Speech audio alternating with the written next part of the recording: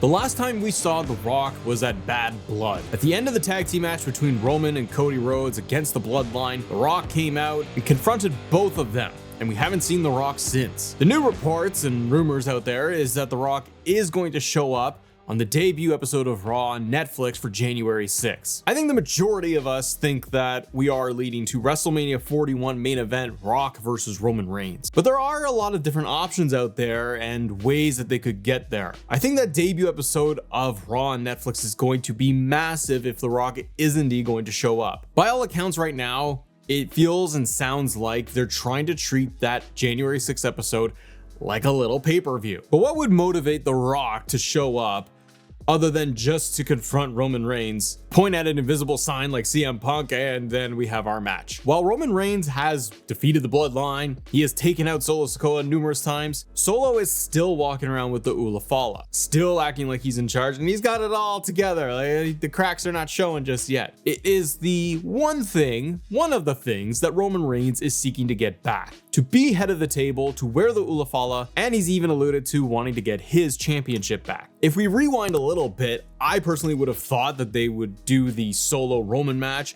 at Saturday night's main event, but that show has been totally loaded up. Could you do Roman Solo on Raw? They could do it on Monday Night Raw, but I feel like that is going to be hugely overloaded, and maybe that's just what they want to do. You could have the Tribal Chief, because if the reports are true, you're gonna get Seth versus Punk on that episode of Raw. That could open Raw if you want to have just a huge blockbuster match. And you could close the show with Solo versus Roman Reigns for the Ula Fala, thus forcing The Rock to come out and do everything like we talked about. But if that Raw episode on Netflix is going to be as jammed as it seems to be with the likes of The Rock, Cody, Punk, Seth, and others, I don't think you want to shoehorn the Roman Solo match in there. Sure, you could have Roman Reigns go up against Jacob Fatu and do that on Raw, and maybe you're gonna save Solo and Roman Reigns for the Royal Rumble. Jacob and Roman one-on-one is a match that I totally want to see, and you can still motivate The Rock coming out at the end of that match. Roman's getting closer and closer to that Ula Fala. So whether it's going to be Roman, Jacob on Raw, Solo and Roman on Raw, instead of doing it on SmackDown, it still can motivate The Rock coming out to confront him. This, I feel like if we do get this confrontation on Raw, I think they need to talk.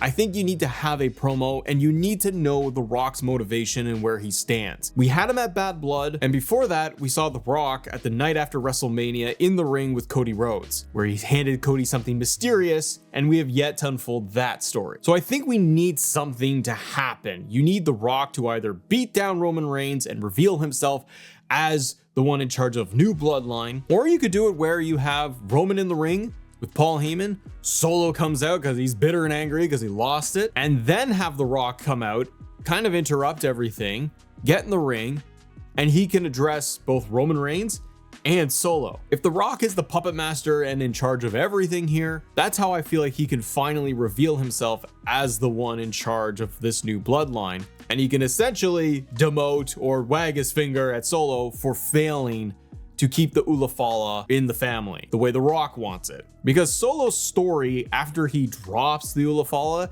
it's gonna have some twists and turns, or it's at least going to need to. You could have the rest of the New Bloodline turn on Solo. You could have them all just fall in line behind The Rock. And The Rock at that point could use all of them, plus himself, and beat down Roman Reigns, giving us a very clear path to WrestleMania 41. I do have the question of Paul Heyman though. On CM Punk's side of the whole story, he's got a couple of favors in his back pocket, and we know that Paul Heyman is involved in that. What capacity? We don't know. Is Paul going to try and push CM Punk to get a main event at WrestleMania, help him in the Royal Rumble to win that, guarantee a title match? We don't know. Is he going to turn? Is Paul Heyman going to turn on Roman Reigns? Paul Heyman's role could be interesting, where you could have him stick it out with Roman Reigns and all the way through to WrestleMania 41. He is his tribal chief. You could have Heyman help Punk win the match against Seth Rollins, causing a little bit of deception and question marks in Roman Reigns' mind about whose side Paul Heyman is on. You could have the big thing of Paul Heyman siding with The Rock. But I think that gets way too muddied, and you have way too many things happening with Paul Heyman, where he's on the side of Roman Reigns, he's on the side of Punk, and then you want to turn him to side with The Rock. I think it's more likely that somehow, some way, Paul Heyman is going to shift his focus and support to CM Punk. And then I have the question for all of you, what about Cody Rhodes? Watching this whole year unfold, I'm not thrilled with the idea of Cody getting back into the Bloodline story with a rematch of Roman versus Cody 3, a triple threat of Cody, Rock, and Roman. I don't really want to see that. And I also don't think it would really work or make sense. But one of the rumored matches, and it's kind of teased, or at least they planted the seeds, is Rock versus Cody one-on-one. I think if you're WWE and you have an opportunity to use The Rock, and it's sparingly and it's limited, if you have a chance to do this match at Mania 41 between Rock and Roman, I think you need to pull the trigger on it. If you're thinking you're gonna save that and do it for the year after at 42, we know that Rock's schedule is insane. And I think what we've seen over the last month or couple of months with WWE is them planting a lot of different angles and situations, putting pieces in place in case The Rock can't show up. If he can't do a WrestleMania, they have a lot of directions and possibilities for all of the main events. But if we don't do Roman Rock confrontation on Raw on Netflix, and you do Cody and The Rock, how do we even get that story to unfold? And why would it even make sense at this point? The Rock's clear issue would be with Roman Reigns. We already know that The Rock doesn't like Cody Rhodes, and I think that the final boss's only motivation there with Cody would be to get the title back, get the title back with the family, and maybe reveal what was handed to Cody Rhodes by The Rock after WrestleMania 40. I just don't see it though. I think it's a great match that maybe we could get for next year's SummerSlam of Rock versus Cody. But I'm loving what Cody's doing now with Kevin Owens and Randy Orton making a return at some point, and what that story looks like. So if The Rock doesn't have any interaction with Cody on that episode of Raw on Netflix, is it safe to assume then it is going to be Rock versus Roman? It would be really cool if you had Rock come out and just destroy Roman Reigns, beat him down. Paul Heyman is freaking out in the corner and Rock leaves. Kind of like the beatdown that you had of Rock to Cody Rhodes. That was epic. That was such a memorable moment. It got everything hyped in the story going into WrestleMania.